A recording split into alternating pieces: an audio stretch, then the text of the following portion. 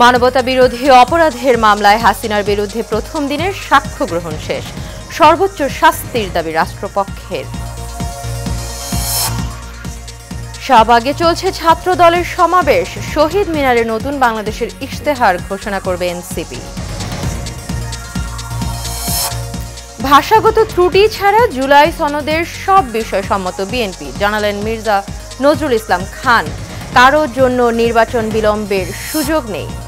এবং ভয়াবহ বিমান দুর্ঘটনার 12 দিন পর খুলেছে মাইলস্টোন স্কুল অ্যান্ড কলেজ, তবে শুরু হয়নি স্বাভাবিক কার্যক্রম।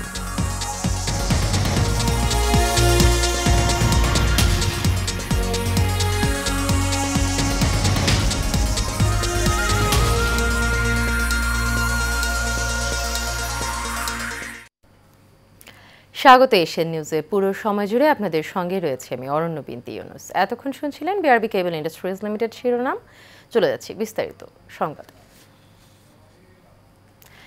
জুলাই গণ অভ্যুত্থানের সময় সংগঠিত মানবতা বিরোধী অপরাধের মামলায় পলাতক শেখ হাসিনার বিরুদ্ধে প্রথম সাক্ষ্য গ্রহণ শুরু হয়েছে। আন্তর্জাতিক অপরাধ ট্রাইব্যুনাল 1-এর অনুমতি সাপেক্ষে এই বিচার কার্যক্রম সরাসরি সম্প্রচার করা হয়। শেখ হাসিনার পাশাপাশি এই মামলায় সাবেক স্বরাষ্ট্রমন্ত্রী আসাদুজ্জামান খান কামালও আসামি।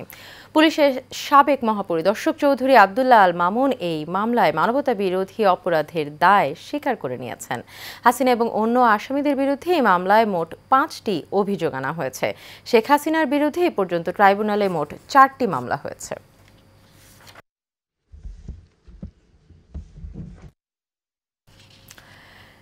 জুলাই গণ অভ্যুত্থানের বর্ষপূর্তিতে রাজধানীর শাহবাগে ছাত্র সমাবেশের আয়োজন করেছে জাতীয়তাবাদী ছাত্র দল।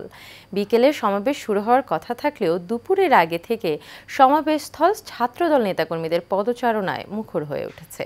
মৎস্য ভবন থেকে কাঁটাবন, হোটেল ইন্টারকন্টিনেন্টাল মোড় থেকে টিএসসি এলাকা পর্যন্ত ছড়িয়ে পড়েছে সারা দেশ থেকে আসা ছাত্রদল নেতাকর্মীদের জামায়াত। ফ্যাসিবাদ বিরোধী নানা স্লোগান দিচ্ছেন তারা। নতুন বাংলাদেশের ইশতেহার ঘোষণার জন্য কেন্দ্রীয় শহীদ মিনারে সমাবেশের আয়োজন করেছে জাতীয় নাগরিক পার্টি। আজ রবিবার বিকেল 4টায় সমাবেশ শুরু হবে। সমাবেশকে কেন্দ্র করে দেশের বিভিন্ন জেলা থেকে নেতাকর্মীরা ঢাকায় আসছেন।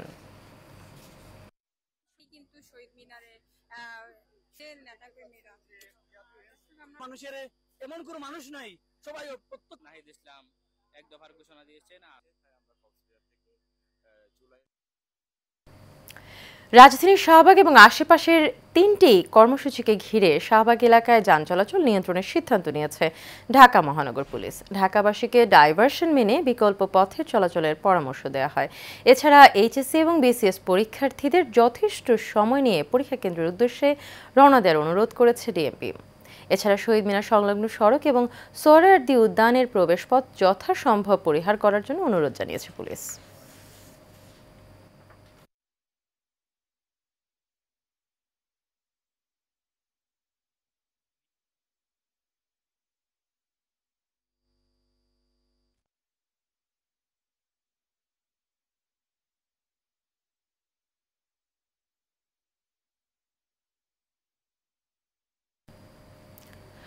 কারোর স্বার্থ আদায়ের জন্য নির্বাচন পিছিয়ে নেওয়ার সুযোগ নেই বলে জানান বিএনপির স্থায়ী কমিটির সদস্য মোহাম্মদ নজরুল ইসলাম খান। তিনি বলেন, দেশের গণতন্ত্র রক্ষায় নির্বাচিত সরকারের বিকল্প নেই। ভোটাধিকার প্রতিষ্ঠা করাই জুলাই অঙ্গীকার। জুলাই সমাবেশ অনুষ্ঠানে প্রধান অতিথির বক্তব্যে এ কথা বলেন তিনি। সাইফুল ইসলাম নয়নের রিপোর্ট। রোববার সকালে রাজধানীর জাতীয় প্রেস ক্লাবে বাংলাদেশ লেবার পার্টি আয়োজিত জুলাই সমাবেশে অনুষ্ঠানে বক্তারা বিগত 16 বছরের জনগণের অধিকার ফিরিয়ে আনার কথা ব্যক্ত করেন। কমিশনার গুম হয়েছে, লাকসামের হিরো মেম্বার এমপি গুম হয়েছে, কত গুম হয়েছে। আর শেখ হাসিনা যে অত্যাচার, জুলুম অত্যাচার চালিয়েছে, আজকে আমাদেরকে সময় এসেছে কথা বলার। তারপরেও আমি বলবো, আমাদের যে বিষয়টি আমাদের দেখতে হবে সেটা হলো যে আমরা কি আলোচনা, আমরা আন্দোলনে কি কথা বলে আন্দোলন করেছি। একটি নিরপেক্ষ সরকারের অধীনে ভোটের জন্য, স্বচ্ছ ভোটাধিকারের জন্য। এ সময় বক্তারা বলেন, দেশের গণতন্ত্র রক্ষায় বর্তমান সরকার দ্রুত নির্বাচন দিয়ে জনগণের প্রত্যাশা পূরণ করবে।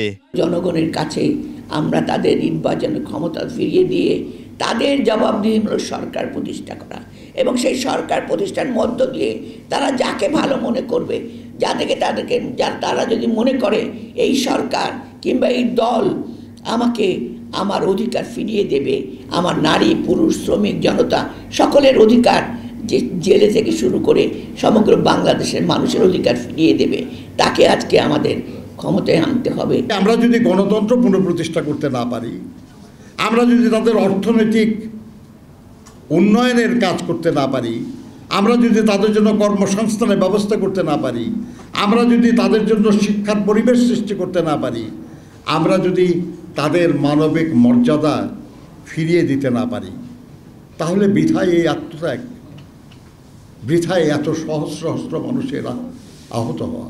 আমরা যদি যারা শহীদ হয়েছেন, যারা আহত হয়েছেন, তাদের আকাঙ্ক্ষা পূরণে ব্যর্থ হই, ভবিষ্যৎ প্রজন্মের কাছে আমাদেরকে জবাবদিহিতা করতে হবে। বক্তারা বাংলাদেশের নতুন নেতৃত্বের প্রতি স্বাগত জানিয়ে তাদেরকে গণতন্ত্র রক্ষায় কাজ করার আহ্বান জানান।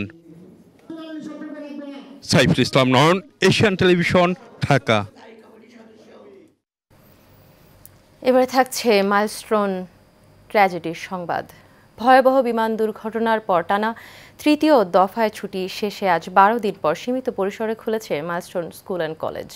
তবে প্রথম দিন কোনো পাঠদান কার্যক্রম পরিচালিত হয়নি। কলেজের জনসংযোগ কর্মকর্তা শাহ বুলবুল শনিবার সন্ধ্যায় এক বিবৃতিতে জানান, শিক্ষার্থীদের মানসিক স্বস্তি নিশ্চিত করা এবং ধীরে ধীরে স্বাভাবিক অবস্থায় ফিরিয়ে আনাই এই সিদ্ধান্তের মূল উদ্দেশ্য। তিনি আরও জানান, কলেজ ক্যাম্পাসে শিক্ষার্থীদের মানসিক স্বাস্থ্য সহায়তার জন্য বর্তমানে কাউন্সেলিং কার্যক্রম চালু রয়েছে। পাশাপাশি বাংলাদেশ বিমান বাহিনীর পক্ষ থেকে পরিচালিত একটি চিকিৎসা ক্যাম্পে শারীরিক এবং মানসিক পরামর্শ দেওয়া হচ্ছে।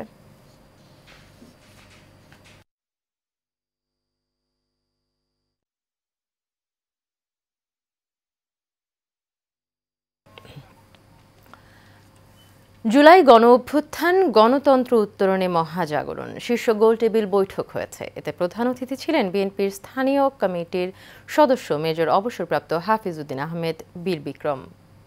বিশেষ অতিথি এবং আলোচক হিসেবে উপস্থিত ছিলেন বিএনপি চেয়ারপারসনের উপদেষ্টা অ্যাডভোকেট সৈয়দ মোয়াজ্জেম হোসেন আলাল, বিএনপির যুগ্ম মহাসচিব খায়রুল কবির খোকন, বিএনপির তথ্য এবং গবেষণা সম্পাদক আজিজুল বারী হেলাল। এতে আরও উপস্থিত ছিলেন বাংলাদেশ ফেডারেল সাংবাদিক ইউনিয়নের ভারপ্রাপ্ত সভাপতি ওবায়দুর রহমান শাহিন। সঞ্চালনা করেন বাংলাদেশ সেক্রেটারিয়েট জার্নালিস্ট অ্যাসোসিয়েশনের সাধারণ সম্পাদক নিজাম উদ্দিন দরবেশ।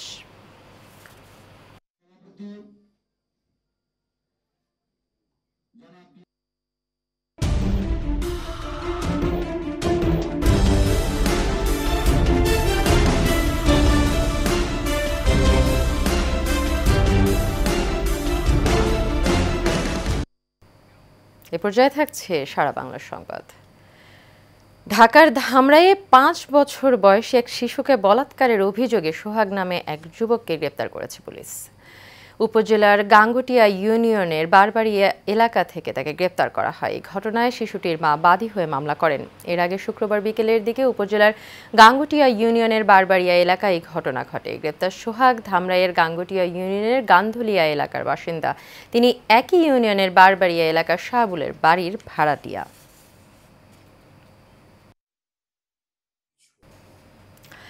জামালপুরে জিয়া সাইবার ফোর্স কেন্দ্রীয় নির্বাহী কমিটির সহ সাংগঠনিক সম্পাদক এম শুভ পাঠানের বিরুদ্ধে দায়েরকৃত মিথ্যা মামলার প্রতিবাদে বিক্ষোভ মিছিল এবং প্রতিবাদ সমাবেশ হয়েছে।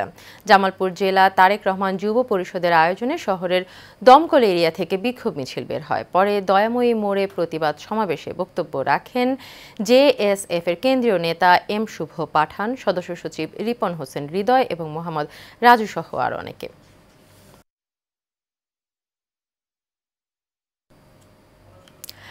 গাজীপুর ক্লাব লিমিটেডের ত্রিবার্ষিক সাধারণ সভা অনুষ্ঠিত হয়েছে। ক্লাবের ভবিষ্যৎ পরিকল্পনা এবং বিগত বছরের কর্মকাণ্ড নিয়ে আলোচনা করা হয়।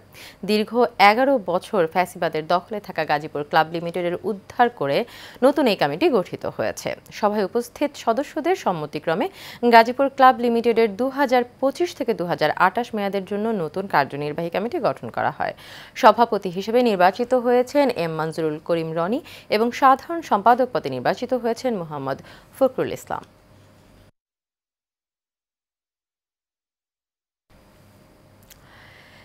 গাজীপুরের মির্জাপুর ইউনিয়ন বিএনপির কর্মী সভা অনুষ্ঠিত হয়েছে। ভাওয়াল মির্জাপুর কলেজ মাঠে এই কর্মী সভার আয়োজন করা হয়।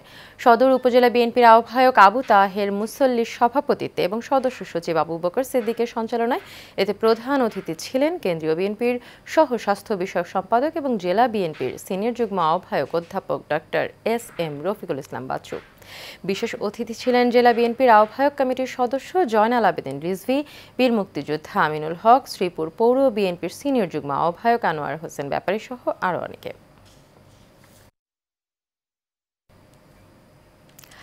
ফজলু সিড কোম্পানির চিত্ত বিনোদন র্যাফেল ড্র সম্মাননা প্রদান পুরস্কার বিতরণ অনুষ্ঠান হয়েছে। কক্সবাজার সমুদ্র তীরবর্তী এলাকায় এর আয়োজন করা হয়। এতে অংশগ্রহণ করেন দেশের বিভিন্ন প্রান্ত থেকে আসা বীজ ব্যবসায়ী এবং ডিলাররা। অনুষ্ঠানে হাজী নাগর আলীর সভাপতিত্বে এতে প্রধান অতিথি ছিলেন ফজলু সিড কোম্পানির চেয়ারম্যান হাজী ফজলুল হক। এ সময় উপস্থিত ছিলেন এমডি ইয়াসিন আহমেদ মিম, প্রতিষ্ঠানের ম্যানেজার হাসান আবদুল্লাহ, কাউসার মাহমুদ সহ আরও অনেকে।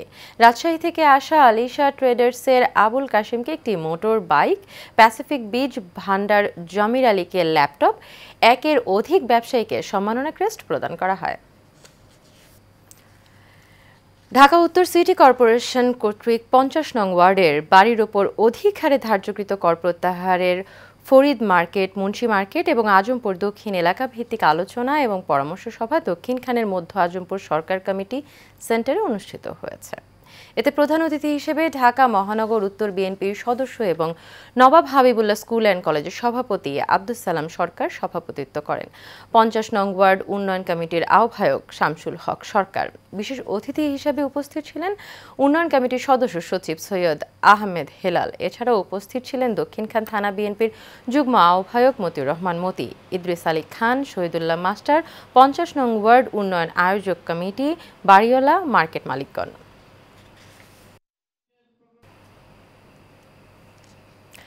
নানা অনিয়মের অভিযোগে বাংলাদেশ সংস্কারবাদী পার্টি থেকে 3 জনকে বহিষ্কার করা হয়েছে। দলটির মহাসচিব একটি লিখিত প্রেস বিজ্ঞপ্তিতে বিআরপির পক্ষ থেকে বিষয়টি নিশ্চিত করেছেন। এতে বলা হয়, বাংলাদেশ সংস্কারবাদী পার্টির ভাইস চেয়ারম্যান মোহাম্মদ জাহিদ হোসেন পলাশ, যুগ্ম মহাসচিব মোবারক হোসেন, ঢাকা বিভাগীয় সাংগঠনিক সম্পাদক নাজমুল আলমকে দলীয় শৃঙ্খলা ভঙ্গ, দলীয় নথিপত্র চুরি এবং অনৈতিক কর্মকাণ্ডের সাথে জড়িত থাকার অভিযোগে দলীয় পদ থেকে সাময়িকভাবে অব্যাহতি দেওয়া হয়। রাজধানীর উত্তরায় বিশ্বখ্যাত এসইউবি বিওয়াইডির শাখা উদ্বোধন হয়েছে। 15 নম্বর সেক্টরের নূর অটোস শোরুমে এর উদ্বোধন করা হয়। এতে উপস্থিত ছিলেন শরেফা খাতুন, সঞ্জিদ শাহনুর ও সাদিদ শাহনুর। অনুষ্ঠানে আরও উপস্থিত ছিলেন বিজিএমই এর সাবেক সভাপতি ফারুক হাসান, রাজনীতিবিদ রুহুল কুদ্দুস তালুকদার দুলু, ব্যবসায়ী এবং রাজনীতিবিদ এম কফিল উদ্দিন, রানার গ্রুপের চেয়ারম্যান হাফিজউদ্দিন রহমান সহ আরও অনেকে।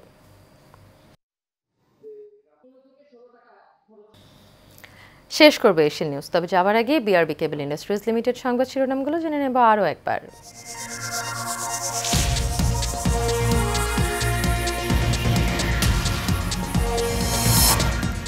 মানবতা বিরোধী অপরাধের মামলায় হাসিনার বিরুদ্ধে প্রথম দিনের সাক্ষ্য গ্রহণ শেষ। সর্বোচ্চ শাস্তির দাবি রাষ্ট্রপক্ষের। শাহবাগে চলছে ছাত্র দলের সমাবেশ। শহীদ মিনারে নতুন বাংলাদেশের ইশতেহার ঘোষণা করবে এনসিপি।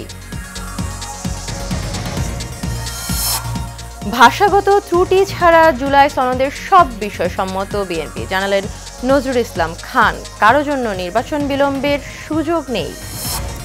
এবং ভয়াবহ বিমান দুর্ঘটনার 12 দিন পর খুলেছে মাইলস্টোন স্কুল অ্যান্ড কলেজ, তবে শুরু হয়নি স্বাভাবিক কার্যক্রম।